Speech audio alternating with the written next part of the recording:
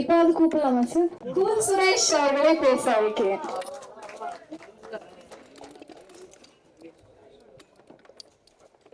மேடையில் அமர்ந்திருக்கும் அனைவருக்கும் வணக்கம். பத்திரிகை நண்பர்கள், ஊடக நண்பர்கள், இணையதள நண்பர்கள் அனைவருக்கும் வணக்கம். மேடையில் பேசி கைத்தட்டல் வாங்குற அளவுக்கு நான் பெரிய பேச்சாளர் இல்லை, அதனால தயவு செஞ்சு நீங்களே ஒரு தடவை கைத்தட்டலாம். இந்த கைத்தட்டல்கள் அனைத்தும் பல்ஸ் அந்த படத்தோட டீமுக்கு தான் போய் சேரும். அம்மா ஹீரோயின் பேர் நம்ம heroine Ashika, please welcome. Rishika, please welcome. After the stage please sit down. பரவாயில்ல, என் சீட்டை அவங்க எடுத்துட்டாங்க. இப்போ கூட பார்த்தீங்களாங்க, என்னங்க முதலமைச்சர் சீட்டுன்னு சண்டை போடுறீங்க. இந்த கூல் சுரேஷ் விட்டு கொடுத்தோம் பார்த்தீங்களா ஒரு சீட்டு, அதுதாங்க 2026. சரி பரவாயில்லப்பா, 2 பெண்களுக்கு நடுவுலையாச்சும் கூல் சுரேஷை உட்கார வைக்கணும்னு தோணுச்சுல்ல, அந்த இயக்குநருக்கு என் மனமார்ந்த நன்றிகளை தெரிவித்துக் கொள்கிறேன். இப்படித்தான்ப்பா, எப்போ இடம் கிடைக்கும் அதுல போய் உக்காரலாம் அப்படின்னு நிறைய பேர் வெயிட் பண்ணிட்டு இருக்கீங்க. 2026 அதுக்கான பதில் வரும். சரி ராஜன் சார், நீங்க வாழ்த்து வந்ததுல ரொம்ப நன்றிங்க சார். அப்புறம் டெனிஸ் சார், நீங்களும் வாழ்த்து வந்ததில் ரொம்ப நன்றி. பல தடவை அவருக்கு நான் ஃபோன் பண்ணேன், ஏன்னா அவர் ஏற்கனவே ஒரு படம் ஒன்று எடுத்தார், அந்த படத்துக்கு நான் தான் ப்ரமோஷன் பண்ணேன். அதுக்கடுத்து அவர் ஒரு படம் ஒன்று டைரக்ஷன் பண்ணுறாருன்னு கேள்விப்பட்டவுடனே சாருக்கு நான் பல தடவை ஃபோன் வச்சேன், ஒரு தடவை கூட எடுக்கல. இருந்தாலும் அடுத்த படத்திற்கு நான் கண்டிப்பாக இப்போவே நான் சொல்கிறேன், அவரோட படத்துக்கு என்னை பயன்படுத்தாட்டியும் அவரோட படத்துக்கு நான் சப்போர்ட் பண்ணுவேன் சார். சரிங்களா? இது நான் சினிமா மீது நான் வைத்திருக்கிற லவ். இது படம் பைல்ஸ்ன்னு தாங்க ஞாபகம் வருது. உண்மையிலே நான் நடந்தது ஒன்று சொல்கிறேன். இந்த படம் நான் நடிக்கிறப்ப படத்துக்கு பேர் வைக்காம தான் இருந்துச்சு. அப்புறம் ஒரு கொஞ்ச நாள் கழிச்சு படத்துக்கு பேர் வச்சுட்டு டைரக்டர் நவீன் சார் எனக்கு வாட்ஸ்அப்பில் அனுப்பிச்சாரு, ஸ்டில் அனுப்பிச்சிருக்கேன் பாருங்க அப்படின்னு. நான் படிச்சுட்டு அது நமக்கு இங்கிலீஷ் தான் அறகுறல்ல, பைல்ஸ்ன்னு படிச்சுட்டு என் கூட இருக்கவன் வேற காமிச்சாரு, என்னடா ஒழுங்கா, அப்போ அவனும் பைல்ஸ்ன்னு படிச்சிட்டான். அதுக்கப்புறம் எனக்கே ஒரே டவுட், ஏன்னா இந்த படத்தில் ஹீரோ மகேந்திரன் ஃப்ளாஷ்பேக்லேயும் வருவார். அப்போ ஏதோ பைல்ஸ்னால ஏதோ ஒரு ப்ராப்ளம் போல, ஸோ அதனால ஏதோ ரிவெஞ்ச் எடுப்பார் போல அப்படின்னு நானே ஒரு கற்பனை. ஏன்னா ஆர் உதயகுமார் சார் எல்லாமே இருந்ததுனால, அப்போ ஏதோ பைல்ஸ்னால ஏதோ இப்போ ப்ராப்ளம் வந்ததுனால அதனால ஏதோ ஆப்ரேஷன் பண்ணி ஏதோ ஒன்று பண்ணுவார் போல அப்படின்னு எனக்குள்ளே ஒரு இதாகிடுச்சு. அப்போ நான் டேரக்டர்கிட்ட கேட்டேன், என்ன சார் பைல்ஸ்ன்னு பேர் வச்சிருக்கீங்களே சார் அப்படின்னு. அப்போ அவர் சொன்னார், அண்ணே அப்படி இல்லைண்ணா, அது பல்ஸ்ண்ணே, இந்த ஆஸ்பத்திரியில் இப்படி போட்டிருப்பாங்கல்ல அதுதானே அப்படின்னாரு. ஸோ இப்படி நான் அரைகுறையாக இங்கிலீஷில் இருந்தாலும் அது கரெக்டாக எனக்கு சொல்லி புரிய வச்சார் இயக்குனர் அவர்கள். ரொம்ப நன்றிங்க சார். மிக்க நன்றி. நவீன் சார் கண்டிப்பாக இந்த படத்தை வின் பண்ணிடுவார். எது வச்சு தெரியுங்களா, அது நவீன் அப்படின்னு அந்த பேரில் அந்த ஒரு வின்னர் ஷூட்டிங் ஸ்பாட்டில் அவ்வளவு அற்புதமான டைரக்ஷன் பண்ணார். யார் மீது எந்த கோபமும் படாமல் அவ்வளவு அருமையாக எல்லாத்தையும் அப்படி ஒரு வேலை வாங்கினார். கண்டிப்பாக அவர் பட்ட கஷ்டங்கள் ப்ரொடியூசர் அவருக்கு சப்போர்ட் பண்ணதுக்கு கண்டிப்பாக இந்த படம் மிகப்பெரிய வெற்றி அடையும். அதே மாதிரி மகேந்திரன் கதாநாயகனாக நடிச்சிருக்காரு. ஒரு ஷாட்டில் டைரக்டர் அவருக்கு கட் பண்ணின்னு கொடுத்தாரு. கட் பண்ணின்னு கொடுத்தோன்னா சரின்னு அவர் வாங்கி போட்டார். பார்த்தோன்னா ஆளை காணும். பார்த்தாக்க ஒரு ஓரமாக போயிட்டு தம்பி செத்து இப்படி அடிச்சுட்டு இருந்தார். கையில் ஒரு பால் ஒன்று வச்சு இப்படி பண்ணிட்டு இருந்தார். நான் போயிட்டு என்ன ப்ரோ அப்படின்னு சொல்லி அவர் சொன்னார், இல்லைண்ணா இந்த மாதிரி கம்பெனின்னு போடுறோம், அப்போ ஆம்ஸ்லாம் தெரியணுண்ணா அப்படின்னு சொன்னேன். இது இல்லை நான் சிரிக்கிறதுக்காக சொல்லலாமா, நான் சிரிக்கிறதுக்காக சொல்லல, இது ஒரு டெடிகேஷன். நான் காக்க படம் நடிக்கிறப்போ சூர்யா சார் ஜோதிகா மேடம் காம்பினேஷனில் நடிக்கிறப்போ கௌதமேனன் சார் சொல்லிட்டு ஷார்ட் சொல்லிட்டு நேராக மானிட்டர்கிட்ட போய் உட்காந்துட்டாரு. ஹீரோவை காணும் சார், ஹீரோ காணும். அப்போ சொன்னாங்க, இல்லைங்க அவர் புஷ்அப் தண்டெல்லாம் எடுத்துட்டு இருக்காங்க அப்படின்னு. ஏன்னா அது கன் எடுத்துட்டு வைக்கும்போது அந்த இதெல்லாம் அப்படி தெரியணும் அப்படின்னு. ஸோ அப்படி ஒரு டெடிகேஷனோட உள்ள மகேந்திரன், ப்ளீஸ் ஒரு கைத்தட்டல் கொடுங்களேன். என்னை விட சீனியர் தான் மகேந்திரன், இருந்தாலும் அந்த டெடிகேஷன் எனக்கூட இல்லை. அது பாருங்க, அப்போ நம்ம ஒரு ஹீரோ அப்படின்றப்போ ஆடியன்ஸ் பார்க்குறப்போ நம்ம அதுக்கு ஒரு முன்னுதாரணமாக இருக்கணும் அப்படின்னு சொல்லி.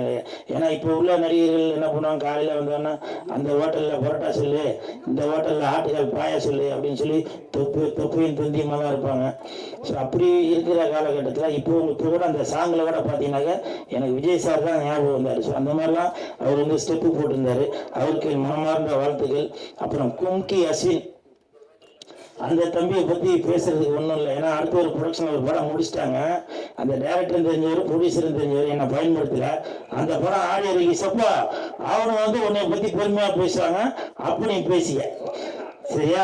அந்த கும்கி அஸ்வின் கூட இந்த படத்தில் நடிச்சதுல ரொம்ப சந்தோஷம். நல்லா கோஆப்ரேட் பண்ணாப்புல. உங்களுக்கு மனமார்ந்த வாழ்த்துக்கள். அப்புறம் தம்பி சரத்து எப்பவுமே ஜிம்மில் இருந்து தான் வீடியோவாக போட்டுட்டு இருப்பான். இங்கே வந்து என்னென்னவோ போடுறான். நீ பரவாயில்ல, நீ வந்து அந்த சேனல்ல இருந்தா வந்தோன்னு அடிக்கடி நிரூபிச்சுட்டு இருக்க. மொக்க காமெடியாக இருந்தாலும் அவனை நான் கைத்தட்ட வச்சிருந்தேன் பார்த்தியா. மிக்க நன்றி, சூப்பர்பா, வாழ்த்துக்கள். அப்புறம் இபி சுந்தர் சார், அவர் வந்திருக்காரான்னு தெரியல. வந்திருக்காரா? ரொம்ப தங்கமான மனிதர். எப்போ ஃபோன் பண்ணாலும் ஆனால் லொக்கேஷன் பார்த்துன்னு அப்படின்வாரு. முந்தா நாள் ஃபோன் பண்ணேன் நைட்டு 2 மணிக்கு. சார் எத்தனை மணிக்கு சார் ப்ரோக்ராம் பண்ணணும்? அதான் நான் வந்து லொக்கேஷன் பார்த்துங்க. என்னன்னா நைட்டு 2 மணிக்கா அப்படின்னு. இல்லை டேரக்டர் சொன்னார், நைட்டில் ரோடு எப்படி பார்க்கணும், அது வீடியோ எடுத்து அனுப்புங்க அப்படின்னு சொல்லி சொன்னார். ஸோ இது எதுக்காக சொல்கிறேன்னா, சிரிக்கிறத விட அப்படி ஒரு டெடிகேஷனோட ஒரு ஈபி கிடைக்கணும் அப்படின்றதா சொல்கிறேன். தயவு செஞ்சு அவருக்கு ஒரு கிளாப் கொடுங்களேன் சார். கிளாப்லாம் சொல்லுங்க, அடுத்த படத்தில் மறந்துடாதீங்க. ஓகே. அப்புறம் தங்கச்சி அர்ச்சனா, அதாவது என்னை பற்றி நிறையா பேர் இப்போ என்னவா ஏதோ கோமாளித்தனமாக ஏதோ ஒன்று அப்படி பேசிதான் கமெண்ட்டில் அது எல்லாம் திட்டுவாங்க. ஆனால் தங்கச்சி அர்ச்சனாவுக்கு தெரியும். நானும் அர்ச்சனாவும் பிக் பாஸில் இருக்கும்போது 100 நாள் ஒன்றாவே இருந்தோம். இது சொல்லாமல் நான் தெரியல, இருந்தாலும் சொல்கிறேன். என்னை வந்து ஏதோ அப்படி இப்படின்னா பெண்களை அப்படி இப்படின்னு ஏதோ இது பண்ணியிருந்தீங்க இல்லையா, அந்த தங்கச்சிக்கு தெரியுங்க. அந்த தங்கச்சிக்கு பெண்களுக்கான அந்த வயிறு வலி வந்தப்போ அப்போ என்கிட்ட வந்து சொல்லும், நான் சுடுதண்ணி வச்சு கொடுங்கண்ணே அப்படின்னு. அங்கே அவ்வளோ பேர் இருந்தாங்கல்ல. அப்போது என்ன ஒரு கூட பிறந்த அண்ணனா நினச்சி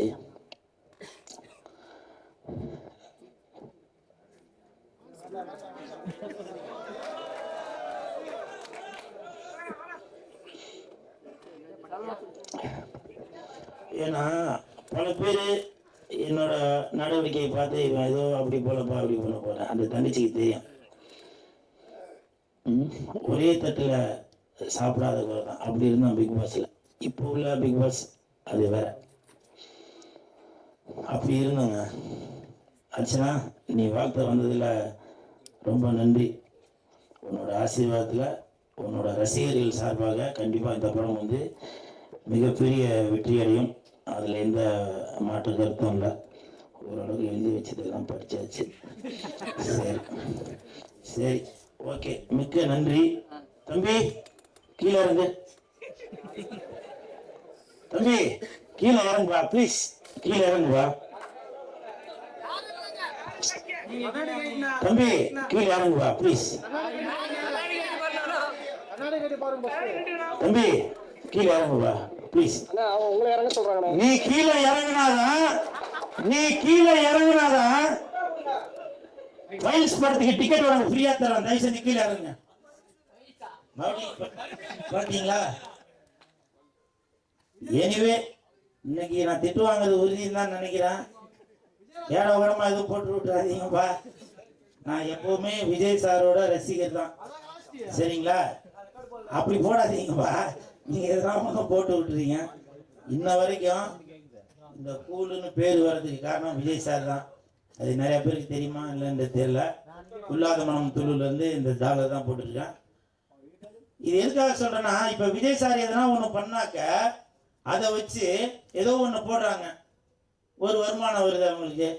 அது மட்டுமா, தொப்பி விற்கிறாங்க, விஜய் சாரோட கட்சி பேர் போட்டு துண்டு விற்கிறாங்க, அவங்களுக்கு ஒரு பயன் இருக்கு. அப்போ அவங்களுக்கெல்லாம் பயன் இருக்கிறப்போ இந்த கூல் சுரேஷ் விஜய் சாரோட ரசிகனா இருக்கிறான், நான் பயனடைய கூடாதா? விஜய் சார்னால இந்த பல்ஸ் தட்டு இந்த பல்ஸ் படத்துக்கு விஜய் சார்னால ஒரு ப்ரமோஷன் கிடைக்கூடாதா? சொல்லுங்க. ஏதோ ஒண்ணு எழுதுங்க சார், ஏதோ ஒண்ணு எழுதுங்க. நான் அதை பத்தி எதுவுமே சொல்லல. எந்த பிரச்சனை வந்தாலும் அதை சந்திக்கிறதுக்கு தயாரிப்பாளரும் ஜெயிலுக்கு போறதுக்கு நவீன் சாரும் ரெடியா இருக்கிறாங்க. நீங்க முடிஞ்சா தில்லு இருந்தாக்க பல்ஸ் படத்தோட இயக்குனர் மேலையும் தயாரிப்பாளர் வந்திருக்காரா, அவர் மேலையும் நீங்க எதனா ஒண்ணு பண்ணி பாருங்க, பார்ப்போம். என்ன எதுவும் பண்ணாதீங்கப்பா, நான் அப்பாவி. சரிங்களா? உங்களை எல்லாம் சந்திச்சதுல ரொம்ப சந்தோஷம். நன்றி.